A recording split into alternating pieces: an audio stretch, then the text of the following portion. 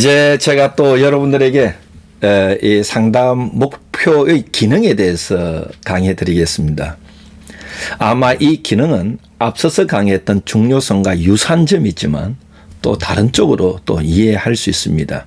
그러면 상담 목표는 상담 시간에 어떤 기능을 하는가 이런 차원입니다. 상담 목표는 이 상담 시간에 어떤 기능을 할까라고 했을 때 이 상담 목표의 기능은요. 이 상담 과정에 대한 4가지 기능이 있습니다. 그 상담하에 가는 과정 속에서 이 상담 목표는 이런 기능을 갖고 있습니다. 4가지 기능. 첫째, 동기적 기능 효과가 있습니다. 동기적 효과가 있고, 또 하나의 상담 목표는 교육적 기능을 갖고 있습니다.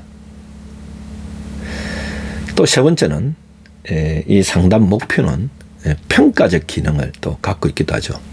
네 번째는 이 상담 목표는 치료평가적 기능을 갖고 있습니다. 자, 그러면 우리가 이렇게 볼 수 있죠. 이 상담 목표의 기능은 상담 과정 중에 동기적인 효과와 교육적인 기능과 평가적인 기능과 또한 치료평가적 기능이 있다. 우리가 이렇게 이해할 수 있습니다. 자, 그러면 먼저 첫 번째, 이 상담 목표의 기능은 뭘까 했을 때 동기적 기능이라, 이 동기라. 즉 뭐냐면 이 상담자나 내담자에게 이 상담 목표는 상담에 적극적으로 참여할 수 있는 동기부여를 해준다. 임파워먼트, 힘을 실어준다. 이런 뜻입니다. 그래서 이 상담 목표가 세워졌을 때 내담자는 이 상담 목표를 이루기 위해서 상담에 적극적으로 참여하게 되어 있는 것입니다. 사실요, 이 상담 목표가 없다는 것은 내담자에게 방향성이 없다는 것이고, 상담 목표가 없다는 것은 내담자에게 가야 할 곳이 없다는 것이고, 상담 목표가 없다는 것은 내담자가 무엇을 변화시켜야 되는지 그 주제 자체가 없다는 겁니다. 그러니까 이 내담자는 동기부여가 안 되는 것이죠. 우리도 그렇잖아요. 뭔가 이분께 내가 무엇을 하겠다, 이런 목표가 있어야 그것 향해 쭉 달려가는 것이죠. 똑같습니다. 상담에서도 상담하는 과정 중에 이 상담 목표는 내담자에게 상담에 적극적으로 참여할 수 있는 동기부여를 시켜주는 길이 된다는 것입니다.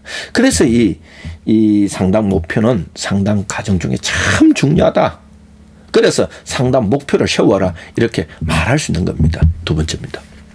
이 상담 목표는요, 교육적 기능을 합니다. 자, 보세요. 상담 목표가 언어로 표현됩니다. 상담 목표가 상담자와 내담자와 협의하에 합의가 되었습니다. 상담 목표가 상담자와 내담자 간에 공유되었습니다. 자, 언어로 표현됐습니다. 언어로 표현됐다는 것은 내담자의 기억 속에 저장된다, 이런 말입니다. 그래서 이 상담의 기능은 이 내담자에게 상담 목표는 장기적으로 기억이 됩니다. 장기적으로 기억됐다. 이거 뭐냐면 내담자가 목표가 심상화되었다, 즉 마음의 그림으로 세워졌다, 이런 차원입니다.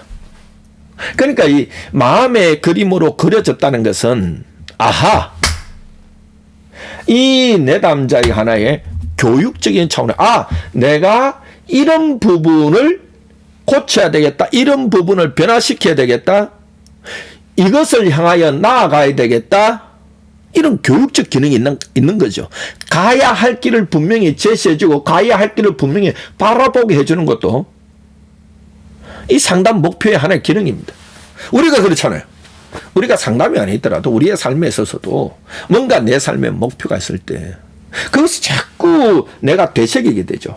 되새기게 되면서 그것이 머리에서 가슴으로 내려오게 되고, 머리에서 가슴으로 오면서 내가 그것을 기억하게 되고, 그것을 기억하면서 내가 그것을 계속적으로 생각하는 거죠. 이게 하나의 교육적인 기능을 한다는 것이죠. 사실 목표를 세운다는 자체가 이미 내담자에게 가야 할 방향성을 제시해주고 가야 할 곳을 그에게 그림으로 가르쳐주는 것과 똑같은 겁니다. 무엇을 변화해야 될지 어디에 다다라야 될지 이것을 이미 알려주고 교육시키는 것이 사실 이 상담 목표의 기능이다 이렇게 말할 수 있겠죠. 그 다음 평가적 기능이다. 평가적 기능은요 상담자에게 있습니다. 상담자에게 있습니다. 이 상담자가 내담자의 이 문제 진단과 문제 평가와 이걸 통하여서 사례 개념을 하잖아요. 사례 개념화를 통하여서 할 때 이 상담자가 가설을 세울 때 상담자가 선택한 이론이 있습니다. 심리 상담 이론이 있습니다. 그 심리 상담 이론에서 합당한 그 이론에 기초한 상담의 기법들이 있습니다. 상담의 기법들은 절충적으로 갈 수도 있겠죠. 이럴 때 이 상담의 목표는 상담자가 내담자를 상담해 가면서 내담자의 편에 효과적인 상담 기법을 선택하게 하기도 하고 또 선택된 그 기법이 효과가 있는지 평가할 수 있는 이 기능이 역할합니다. 그래서 사실 우리들이 상담을 해보면 저도 얼마 전에도 우리 이 제자들과 교육 분석을 했는데요. 참 어떤 내담자는 상담 내담자의 주호소 문제를 파악하는데 3주가 걸린 경우도 있습니다. 그래서 상담 목표도 설정하지 않은 경우도 있습니다. 우리가 이 주호소 문제 파악도 채택에 했다 그런 건 없습니다. 내담자의 문제에 따라서 또 내담자가 다양한 호소 문제를 가져왔을 때 주호소 문제를 선정하는 것도 회기수가 늘어날 수도 있습니다. 그래서 케이스 바이 케이스입니다. 내담자에 따라서 주호소 문제 파악하는 것이 회기가 다르고 또 동일한 내담자라도 지금 이 내담자가 가지고 온 해결하고자 하는 그 문제에 따라서도 주호소 문제 파악의 회기가 달라질 수 있습니다.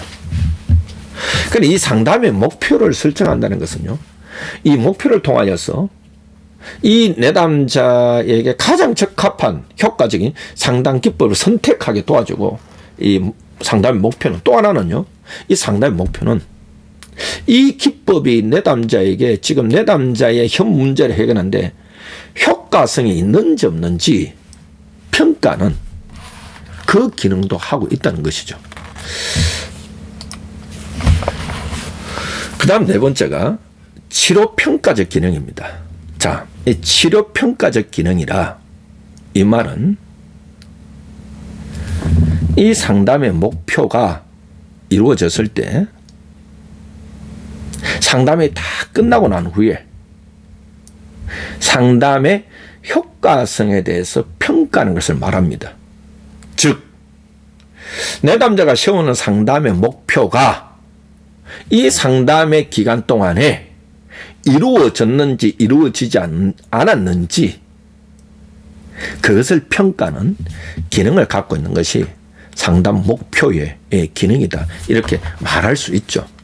그래서 이 상담 목표의 기능은, 상담 목표는 동기적인 효과가 있고 교육적인 기능이 있고 평가적 기능이 있고 치료평가적 기능이 있다. 고로 상담에서 상담 목표를 설정하는 것은 참으로 중요하다.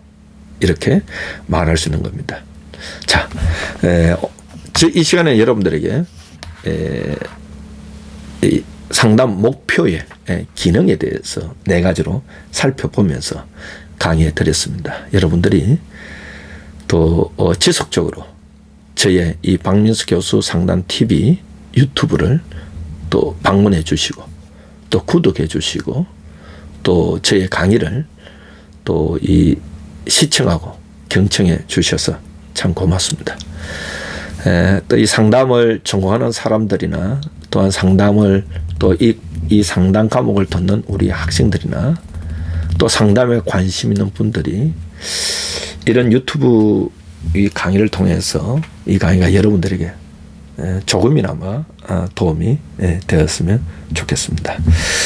상담 목표의 기능에 대해서 이 강의를 마치겠습니다. 고맙습니다.